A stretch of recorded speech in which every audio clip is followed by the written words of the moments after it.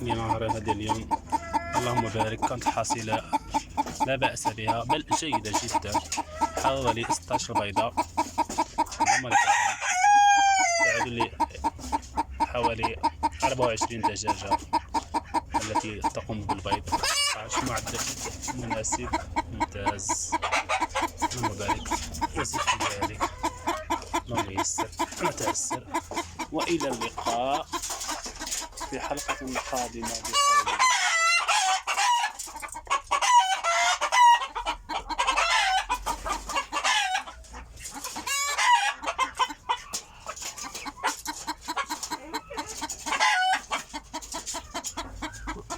وهنا الكتاكيت الصغار في يومي وخليط الفيومي دجاج بلدي.